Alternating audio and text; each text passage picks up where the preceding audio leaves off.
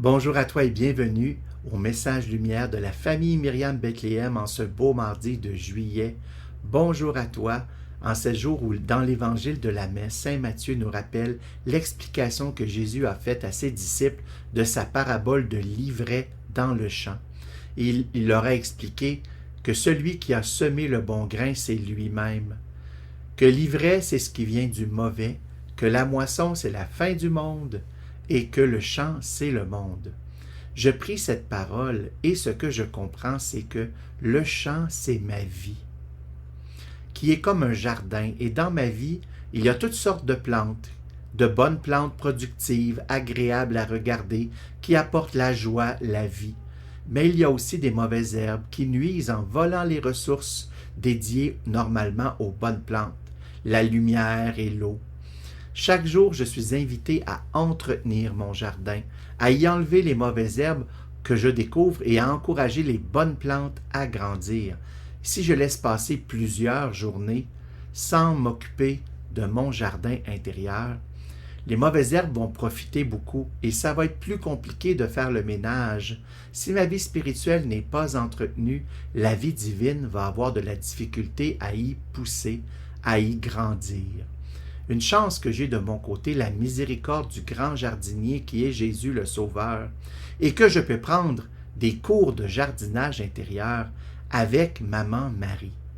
As-tu le goût comme moi de profiter de la grâce de Dieu qui veut installer dans ta vie, dans ton cœur, qui veut grandir cette grâce, cette présence de Dieu?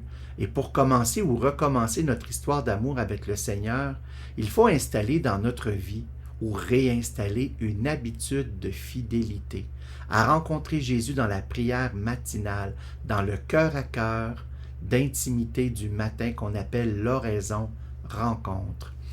Comme le jardinier doit passer du temps chaque jour dans son jardin, Jésus veut entretenir ton cœur pour y faire pousser les fruits de l'esprit et aussi pour glisser son évangile dans ton cœur, sa mentalité de fils obéissant et de pasteur compatissant. Jésus veut t'aider à ce que tu puisses toi aussi, comme lui, te livrer à l'amour, à l'écoute du Père et au service de tes frères et sœurs. Et pour cela, ça prend la force de l'Esprit Saint.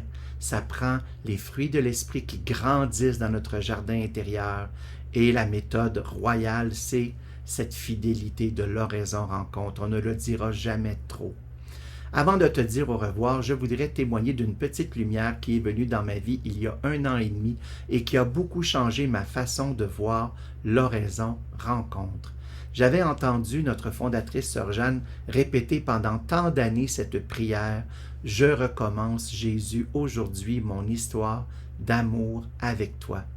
Et je pensais un peu inconsciemment que ces mots, on les dit surtout lorsqu'on a manqué notre coup, après un gros péché, lorsqu'on a besoin de pardon, de miséricorde, de réconciliation.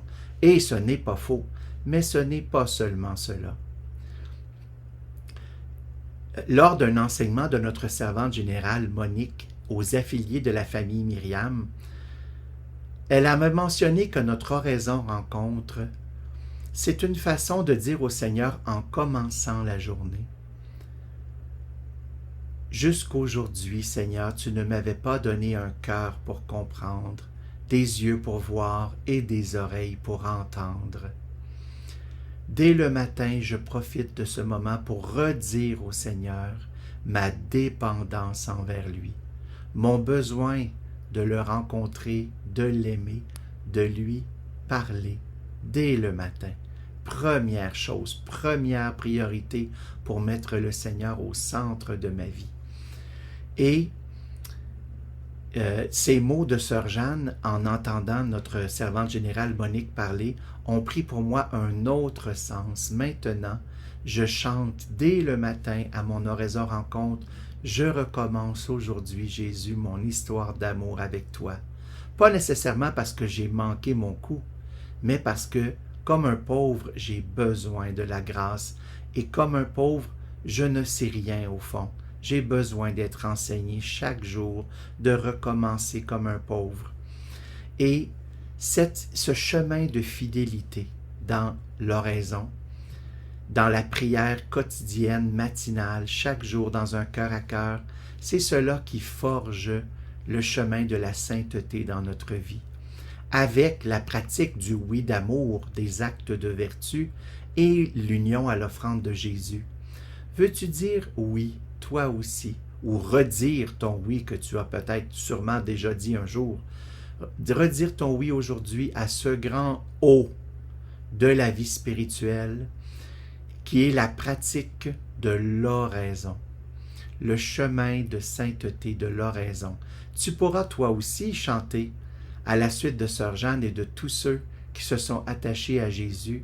Jamais, non jamais, je ne regretterai de m'être livré à l'amour. À toi qui écoutes, je redis, sois béni et bonne journée, à bientôt.